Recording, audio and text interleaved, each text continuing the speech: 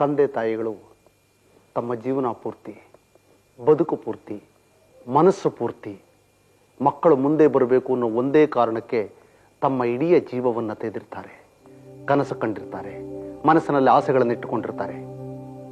ಅವರ ದುಡಿಯುವ ಶಕ್ತಿ ಮುಗಿದು ಹೋದ ತಕ್ಷಣ ಮಕ್ಕಳು ಅವರನ್ನ ಮನೆಯಿಂದ ಆಚೆ ಕಳಿಸ್ಬಿಟ್ರೆ ಅಥವಾ ಕ್ರೂರವಾದ ವಾತಾವರಣವಿರುವಂತಹ ವೃದ್ಧಾಶ್ರಮಗಳಿಗೆ ಸೇರಿಸ್ಬಿಟ್ಟು,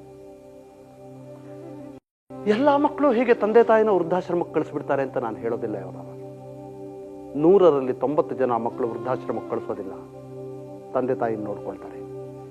100ಕ್ಕೆ 10ರಷ್ಟು ಜನ ಮಾತ್ರ ಹೀಗೆ ವೃದ್ಧಾಶ್ರಮಕ್ಕೆ ಅಲ್ಲಿ ಇಲ್ಲಿ ತಳ್ಳಿಬಿಡ್ತಾರೆ. ಮುಂಚೆ ಹಿಂದಿನ ಕಾಲದಲ್ಲಿ 100ಕ್ಕೆ 1% ಜನ ಮಾತ್ರ ತಂದೆ ತಾಯಿನ ವೃದ್ಧಾಶ್ರಮಕ್ಕೆ ಕಳಿಸ್ತಾ ಇದ್ರು. ಈಗ 10% ಜನ ಕಳಿಸ್ತಾರೆ.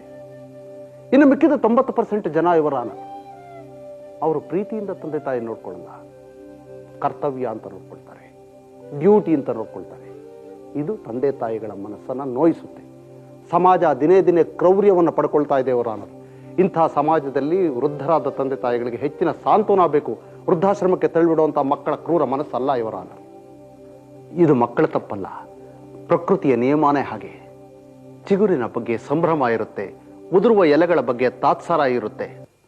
ಬೆಳೆಯೋ ಪೈರಿಗೆ ಆರೈಕೆ ಅವಶ್ಯಕತೆ ಇದೆ ಇವರ ಹಾಗಂತ ಬೆಳೆದು ಮುಗಿದ ಮರನ ಕಡಿದು ಹಾಕ್ಬಿಡ್ಬೇಕು ಅಂತ ಇಲ್ಲ ಅಲ್ವಾ. ಪ್ರತಿಯೊಂದು ಜೀವಿಯು, ಪ್ರತಿಯೊಂದು ಜೀವವು ಸಾಯುತ್ತೆ ಅವರ ವರ್ತಮಾನ ಕಾಲ, ಭವಿಷ್ಯತ್ ಕಾಲ ಕೆಲವೇ ನಿಮಿಷಗಳಾಗೋದ್ರೊಳಗಾಗಿ ಭೂತಕಾಲ ಆಗಿಬಿಡುತ್ತೆ ಅವರ ಹಿಂದಿದ್ದು ಮುಗಿದು ಹೋಗುತ್ತೆ, ನಾಳೆ ಇದ್ದದ್ದು ಇಂದಾಗುತ್ತೆ, ನೆನ್ನೆ ಆಗುತ್ತೆ ಅವರ ನಮ್ಮ ಮನೆಯ ಪಕ್ಕ ಒಬ್ಬ ಮೇಷ್ಟಿದ್ರು, ಅವ್ರು ಹೇಳ್ತಾ ಇದ್ರು, ದಿನಮಪಿ ರಜನಿ ಸಾಯಂ ಪ್ರಾತಃ ಶಿಶಿರ ವಸಂತವು ಪುನರಾಯಾತಃ ಕಾಲ ಕ್ರೀಡತೆ ಗಚ್ಚತ್ಯಾಯು ತದಪಿನ ಮುಂಚತ್ಯಾಶಾ ವಾಯು ಅಂತ. ದಿನವಾದ ಮೇಲೆ ಹಗಲಾದ ಮೇಲೆ ರಾತ್ರಿ ಆಗುತ್ತೆ, ರಾತ್ರಿ ಆದ್ಮೇಲೆ ಹಗಲಾಗುತ್ತೆ, ಶಿಶಿರವಾದ ಮೇಲೆ ವಸಂತ ಋತು ಬರುತ್ತೆ, ದಿನಗಳು ಉರುಳು ಹೋಗುತ್ತೆ, ಕಾಲ ಕ್ರೀಡೆಯನ್ನಾಡುತ್ತಾ ತನ್ನ ಕಾಲವನ್ನು ಮುಗಿಸಿಬಿಡುತ್ತೆ, ಕಾಲನ ರಥ ನಿರ್ದಯವಾಗಿ ಹೊರಟು ಹೋಗುತ್ತೆ. ಆಗ ಒಂದು ಹೊಸ ಮನ್ವಂತರದಲ್ಲಿ ನಾವು ಭರವಸೆ ಇಟ್ಕೋಬೇಕಾಗುತ್ತೆ ಇವರ ಹೊಸ ಮನ್ವಂತರದ ಬಗ್ಗೆ ನಾವು ಭರವಸೆ ಇಟ್ಕೊಳ್ಳದೇ ಇದ್ರೆ ಇಡೀ ವಾತಾವರಣ ಕ್ರೂರವಾಗಿ ಬಿಡುತ್ತೆ. ಬೆಳೆದು ಮುಗಿದು ಹೋದ ಮರನ ಕಡಿದು ಹಾಕಬಾರ್ದು, ಅದು ತಾನಾಗಿ ಬೀಳೋದಕ್ಕೆ ಕಾಯಬೇಕು ಇವರ ತಂದೆ ತಾಯಿಗಳು ಮಕ್ಕಳನ್ನು ನೋಡ್ಕೊಳ್ಳುವಷ್ಟು ಪ್ರೀತಿಯಿಂದ ಮಕ್ಕಳು ತಂದೆ ತಾಯಿಗಳನ್ನು ನೋಡ್ಕೊಳ್ಳೋಕೆ ಆಗೋದಿಲ್ಲ ಇವರ ಇದು ಮಕ್ಕಳ ತಪ್ಪಲ್ಲ, ಪ್ರಕೃತಿ ಸಹಜವಾದ ಧರ್ಮ. ಚೈತ್ರದಲ್ಲಿ ಉದುರನ ಬಗ್ಗೆ ಸಂಭ್ರಮ ಇರೋಗೆ ಮಾಗಿಯಲ್ಲಿ ಉದುರಿದ ಎಲೆಗಳ ಬಗ್ಗೆ ಸಂಭ್ರಮ ಇರೋಕ್ಕಾಗಲ್ಲ ಇವರ ಚಿಗುರಿನ ಸಂಭ್ರಮವೇ ಬೇರೆ, ಉದುರಿದ ಎಲೆಗಳ ಬಗ್ಗೆ ಇರೋ ತಿರಸ್ಕಾರವೇ ಬೇರೆ ಇವರ ಹಾಗಾಗಿ ತಂದೆ ತಾಯಿಗಳ ಬಗ್ಗೆ ಪ್ರೀತಿ ಕಡಿಮೆ ಇರೋದು ಸಹಜ. ಹಾಗಂತ ತಂದೆ ತಾಯಿಗಳನ್ನ ಬೀದಿಗೆ ತಳ್ಳಿಬಿಡಬಾರ್ದು ಇವರ ಒಂದು ಗಾದೆ, ಪಿತೃಶೋಕ ಕ್ಷಣಿಕ, ಪುತ್ರಶೋಕ ನಿರಂತರ ಅಂತ. ಜೊತೆಗೆ ಮಾತಾಪಿತೃ ಕರ್ತವ್ಯ ಎಲ್ಲಕ್ಕಿಂತ ಶ್ರೇಷ್ಠವಾದ ಕರ್ತವ್ಯ ಅಂತ ಉಪನಿಷತ್ತುಗಳು ಹೇಳುತ್ತೆ ಇವರ ನಾಣ್ಯದ ಇನ್ನೊಂದು ಮುಖ ಕೂಡ ಇದೆ ಇವರ ಸೊಸೆ ಬಂದ ಮೇಲೆ ಮಗ ಹೀಗಾದ ಅನ್ನೋ ಮಾತನ್ನು ಕೇಳಿದ್ದೀನಿ. ಆದರೆ ಅದು ಬರೀ ಸೊಸೆಯ ತಪ್ಪಲ್ಲ. ವಯಸ್ಸಾಗ್ತಾ ಇರೋರು ಇವತ್ತಿನ ಕಾಲದ ವೇಗವನ್ನು ಅರ್ಥ ಮಾಡ್ಕೋಬೇಕಾಗಿದೆ. ಕಾಲ ತನ್ನ ಬಣ್ಣವನ್ನು ಬದಲಾಯಿಸ್ತಾ ಹೋಗುತ್ತೆ ಇವರ ಕಾಲ ತನ್ನ ಕಾಮನ ಬಿಲ್ಲಿನ ಬಣ್ಣಗಳನ್ನು ಪ್ರತಿ ನಿಮಿಷದಲ್ಲೂ ಬದಲಾಯಿಸ್ತಾ ಹೋಗುತ್ತೆ. ಆ ಬದಲಾದ ಬಣ್ಣಗಳ ವಿವಿಧ ಬಗೆಗಳನ್ನ, ವಿವಿಧ ಶಾಖಗಳನ್ನ ಎಲ್ಲರೂ ಅರ್ಥ ಮಾಡ್ಕೋಬೇಕಾಗುತ್ತೆ. ಇಲ್ಲದೇ ಇದ್ದರೆ ಇಂಥ ದ್ವಂದ್ವಕ್ಕೆ ಬೀಳ್ತೇವೆ.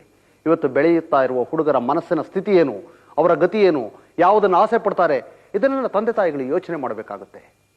ಸೊಸೆ ಬಂದ ಮೇಲೆ ತನ್ನ ಆಧಿಪತ್ಯದಿಂದ ಮಗ ಇನ್ನೊಂದು ಹೆಣ್ಣಿನ ಆಧಿಪತ್ಯಕ್ಕೆ ಹೊರಟೋಗ್ತಾನೆ ಅನ್ನೋದು ತಾಯಿಯ ದೊಡ್ಡ ಕೊರಗಾಗುತ್ತೆ. ಈ ಕೊರಗನ್ನು ನಿವಾರಿಸ್ಕೋಬೇಕಾಗುತ್ತೆ. ಫ್ರಾಯ್ಡ್ ಅನ್ನೋ ಸೈಕಾಲಜಿಸ್ಟ್ ಹೇಳ್ತಾನೆ ಇದನ್ನ. ತನ್ನ ಆಧಿಪತ್ಯದ ಆಸೆಯನ್ನು ತಾಯಿ ಬಿಟ್ಟ ದಿವಸ ಮನೆಯಲ್ಲಿ ಜಗಳಗಳು ಇರೋದಿಲ್ಲ ಅಂತ. ಆ ಮಾತನ್ನ ತಂದೆ ತಾಯಿಗಳು ಸೊಸೆಯರು ಎಲ್ಲ ಅರ್ಥಕೊಂಡ್ರೆ ಆವತ್ತು ಬದುಕು ಅರ್ಥಪೂರ್ಣವಾಗುತ್ತೆ ಇವರ ತಿಂಗಳಿಗೆ 6,500 ರೂಪಾಯಿ ಕಾರಿನ ಇನ್ಸ್ಟಾಲ್ಮೆಂಟ್ ಕಟ್ತಾರೆ, ಬೇರೆ ಬೇರೆ ಇನ್ಸ್ಟಾಲ್ಮೆಂಟ್ಗಳಂತ 3,500 ರೂಪಾಯಿ ಕಟ್ತಾರೆ. ಜೀವಮಾನದುದ್ದಕ್ಕೂ ತಮ್ಮ ಸಂತೋಷಕ್ಕೆ ದುಡಿದ ತಂದೆ ತಾಯಿಗಳಿಗೆ ತಿಂಗಳಿಗೆ 3,000 ರಿಂದ 4,000 ರೂಪಾಯಿ ಖರ್ಚು ಮಾಡೋದಕ್ಕಾಗೋದಿಲ್ವಾ ಇವರ ಇನ್ನೊಬ್ಬ ಮಗ ಆಲ್ಪ್ಸ್ ಇಂಟರ್ನ್ಯಾಷನಲ್ ಸ್ಕೂಲಲ್ಲಿ ಮಗಳನ್ನ ಓದಿಸೋದಕ್ಕೋಸ್ಕರ ತಿಂಗಳಿಗೆ $2,000 ಖರ್ಚು ಮಾಡ್ತಾನೆ. ಅಂದ್ರೆ 1,00,000 ರೂಪಾಯಿ. ತಂದೆ ತಾಯಿಗಳ ಮೇಲೆ 2,000 ರೂಪಾಯಿ ಖರ್ಚು ಮಾಡೋಕ್ಕಾಗೋದಿಲ್ಲ. ತಾಯಿನ ಅಮೆರಿಕಾದಲ್ಲಿ ಬಾಣಂತನಕ್ಕೆ ಅಂತ ಕರೆಸ್ಕೊಳ್ತಾರೆ. ಯಾಕೆ? ಜವಾನರು ಸಿಗೋದಿಲ್ಲ ಅಮೆರಿಕಾದಲ್ಲಿ. ಭಾರತದ ತಾಯಿ ಅಲ್ಲಿ ಜವಾನಿಯಾಗಿ ಹೋಗ್ಬೇಕು, ಆಗ ತಾಯಿ ಬೇಕು, ಈಗ ಸಾಕೋದಕ್ಕೆ ತಾಯಿ ಬೇಡ ಯುವರ್ ಆನರ್. ಕತ್ತಲು ತುಂಬಿದ ತಮ್ಮ ಹೃದಯದಲ್ಲಿ ಆತ್ಮಸಾಕ್ಷಿಯನ್ನು ಬೆಳಕನ್ನು ಚೆಲ್ಲಿ ಮಕ್ಕಳು ನೋಡ್ಕೋಬೇಕು ಯುವರ್ ಆನರ್. ಇಷ್ಟು ದಿವಸ ತಾವು ತಂದೆ ತಾಯಿಗಳ ಬಗ್ಗೆ ಮಾಡಿದ್ದು ಸರಿನಾ ತಪ್ಪ ಅಂತ ನಾನಿವತ್ತು ಈ ಕೋರ್ಟನ್ನು ಕೇಳೋದಿಷ್ಟೇ ಯುವರ್ ಆನರ್. ಈ ವಾದ ವಿವಾದಗಳಿಂದ ಆಚೆ, ಕಾನೂನಿನ ಪ್ರಶ್ನೆಗಳಿಂದ ಆಚೆ ಒಂದು ಅಂತಃಸಾಕ್ಷಿ ಮಕ್ಕಳ ಮನಸ್ಸನ್ನು ಮುಟ್ಟಿದರೆ ಸಾಕು.